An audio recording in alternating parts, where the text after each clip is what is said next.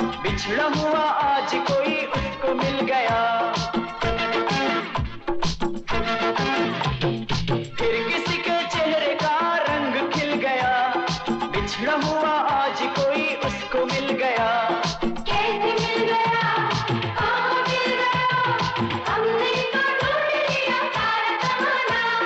हवा हवा ऐ हवा खुशबू लुटा दे, कहाँ खुली हाँ खुली जुल्फों बता दे। अब उसका पता दे, जरा मुझको बता दे, मैं उससे मिलूंगा, एक बार मिला दे, यार मिला दे, यार मिला दे।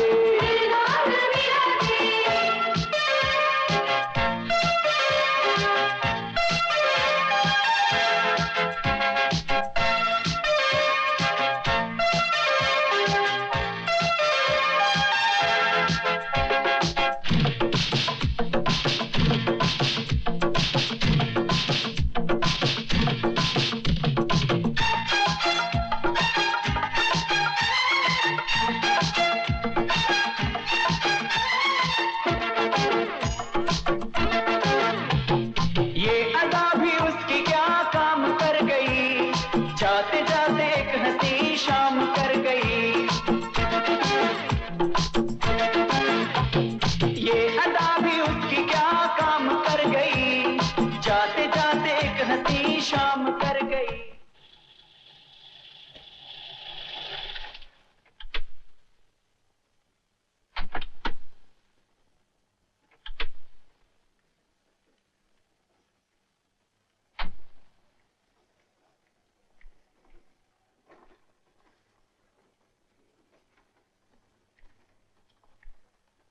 अभी तो और बहुत से बोझ उठाने हैं। हनुमान जी साहब। तुम घर चले जाओ और गीता से कहना मेरा इंतजार न करे, मुझे देर हो जाएगी।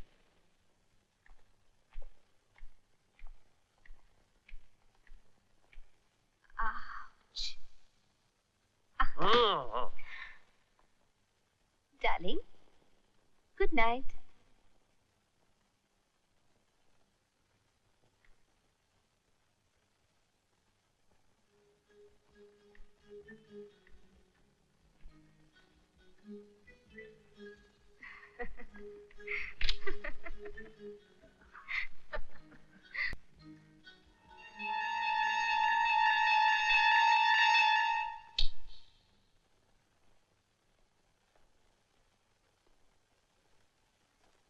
बहन, आप अंधेरा किए इस वक्त जिसका इंतजार कर रही हैं, वो नहीं आएंगे, क्योंकि वो खुद इस वक्त पाप के अंधेरों में डूबे हुए हैं। क्या मतलब है तुम्हारा? मतलब ये कि वकील महेंद्र प्रताप बूढ़े सक्सेना की जवान बीवी के साथ गुलछर्रे उड़ा। क्या? हाँ? जी आप? मैं एडवोकेट महेंद्र प्रताप की बीवी गीता इस वक्त उन्हें यहाँ से ले जाने आई हूँ।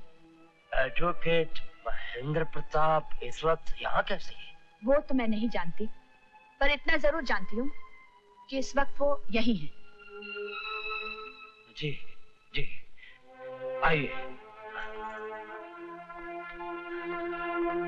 आइए, आप यहाँ बैठिए, मैं देखता हूँ। डार्लिंग, उससे भी तुम्हारा शरीर कांप रहा है, तुम्हारा ब्लड प्रेशर बढ़ जाएगा। जाओ गोली खाकर सो जाओ। आज मैं गोली खा के नहीं, तुम दोनों को गोली खिलाकर सुला दूंगा।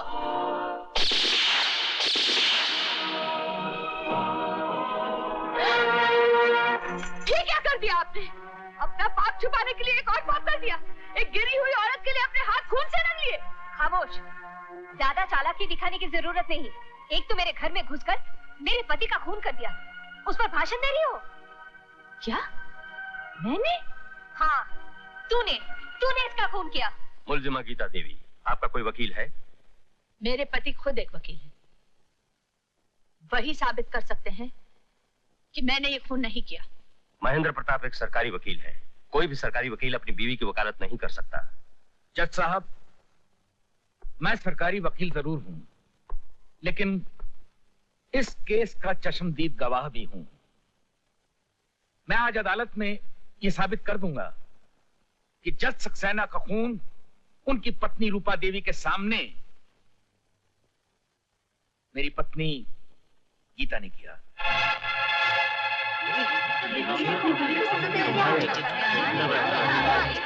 Order order.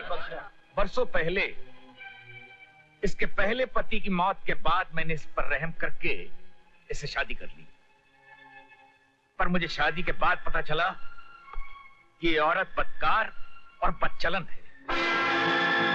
और जिसके गवाह थे जज सक्सेना, इससे पहले कि जज सक्सेना अपनी जुबान खोलें, इसने उनके घर जाकर उनकी पत्नी रूपा देवी के सामने उनको गोलियों से भून दिया। Order order.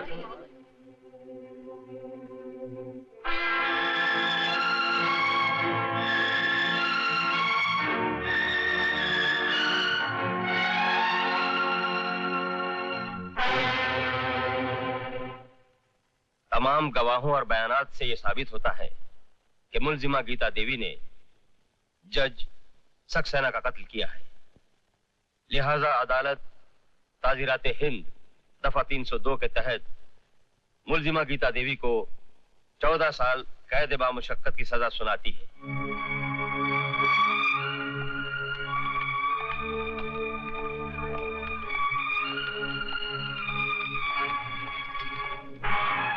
महेंद्र प्रताप, अंधे कानून का सहारा लेकर मुझ बेगुनाह को गुनहगार तो साबित कर दिया, लेकिन कुदरत के कानून से तुम नहीं बच सकते। याद रखना, मेरे पेट में तेरा बच्चा पल रहा है।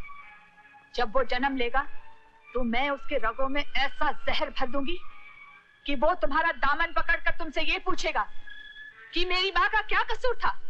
सारी दुनिया के सामने तुझे बेनकाब करेगा और खुद तेरा लहू तुझसे इंसाफ मांगेगा। महेंद्र प्रताप, इंसाफ मांगेगा, इंसाफ मांगेगा। याद रखना महेंद्र प्रताप।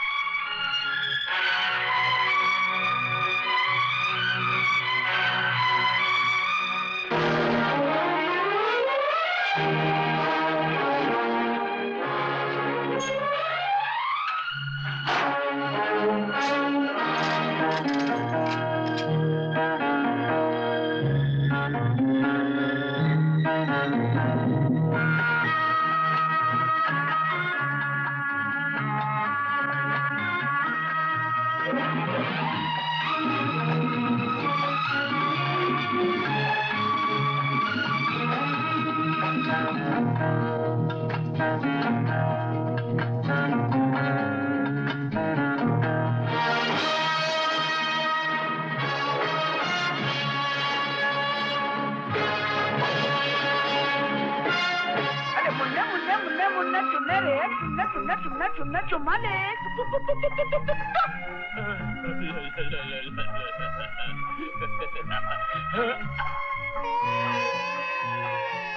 अरे रे रे रे रे आजा इस अंकल के पास। अरे रे रे रे रोना नहीं। अरे रे रे आजा आजा आजा।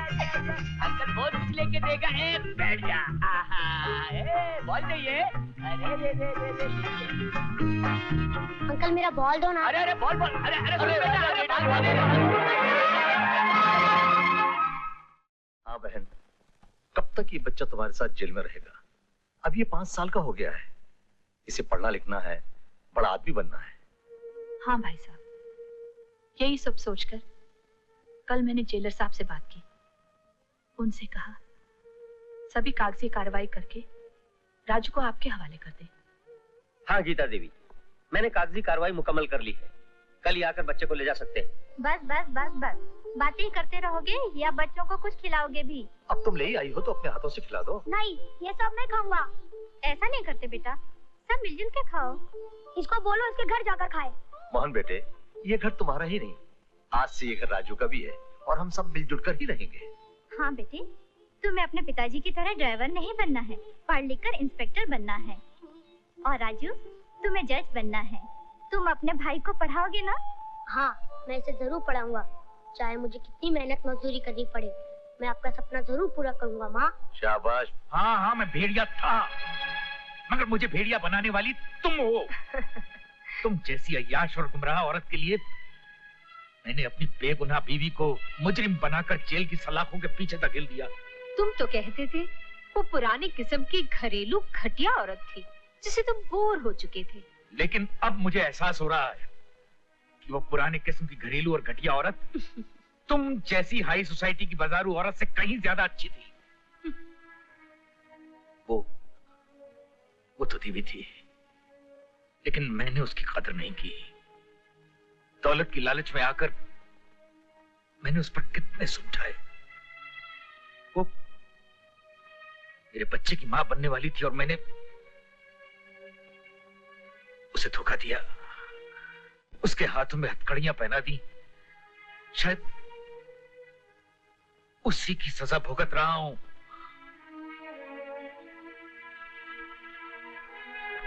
अब बहुत हो चुका, मैं आज ही जेल जाऊंगा, उसके पैर पकड़कर माफी मांगूंगा और अपने बच्चे को यहां इस घर में लेकर आऊंगा।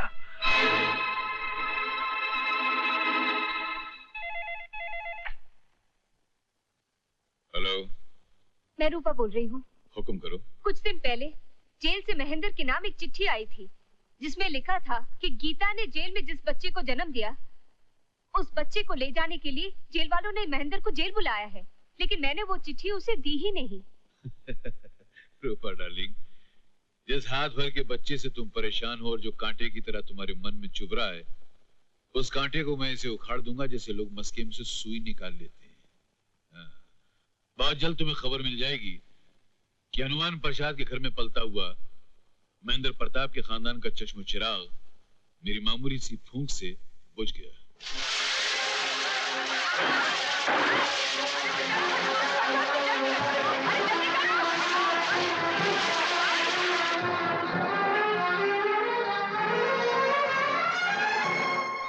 लक्ष्मी, मेरा बेटा कहाँ है? उसे ढूंढने जेल गया तो पता लगा कि वो तुम लोगों के हवाले कर दिया गया है। तुम्हारे घर पहुंचा तो वहां पूरी बस्ती जल चुकी थी। भाई साहब, आपके बेटे की जान खतरे में है। किसी ने उसकी जान लेने के लिए हमारे घर में आग लगा दी थी, लेकिन मेरे पति ने आपके बेटे को बचा लिया है और खुद की जान गंवा दी। अब मेरा भी तो कोई भरोसा नहीं है। भाई साहब, अगर हो सके तो आप मेरी बेटी अंजलि को किसी अनाथालय में डाल दीजिए। नहीं लक्ष्मी, तुम्हारे पति ने मेरे बच्चे को बचाने के लिए अपनी जान दे दी। मैं इसे अपनी बेटी की तरह पालूंगा। मैंने दुनिया के साथ बहुत नाइंसाफी की है। ये बहुत बड़ी वकील बनकर दुनिया को इंसाफ दिलाएगी। आओ बेटी। लेकिन मेरा बेटा कहाँ है? भाई साहब, आपका लक्ष्मी,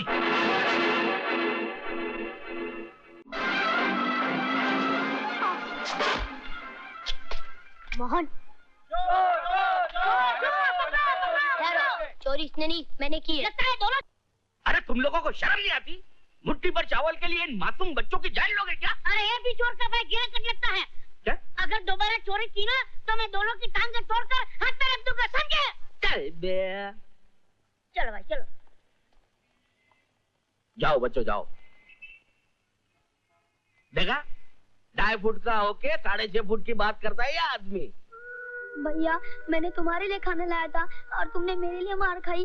देख मोहन, आज के बाद तू कभी चोरी नहीं करेगा, क्योंकि तुझे पढ़ लिख कर पुलिस इंस्पेक्टर बनना है ना। तुझे तेरी माँ का सपना पूरा करना है ना। वादा कर कि तू अब कभी चोरी नहीं करेगा। मैं वादा करता हूँ भैया, मैं वादा करता हूँ। अरे रोना नहीं, वरना तुम दोनों भाइयों का प्यार देख के मुझे भी रोना आ जाएगा। बेटे, कहाँ रहते हो? इस दुनिया में कोई अपना ठिकाना नहीं, कोई अपना नहीं। अरे जिसका कोई नहीं होता उसका ऊपर वाला होता है, और कभी कभी नीचे वालों को ऊपर वाले की ड्यूटी संभालनी पड़ती है। तूने कहा ना कि तुझे तेरी माँ का सपना पूरा करना है, तो कुछ काम धंधा करना पड़ेगा कि नहीं? तो तू मेरे साथ चल, तमाशा करना और सारी दुनिया को तमाशा दिखाना।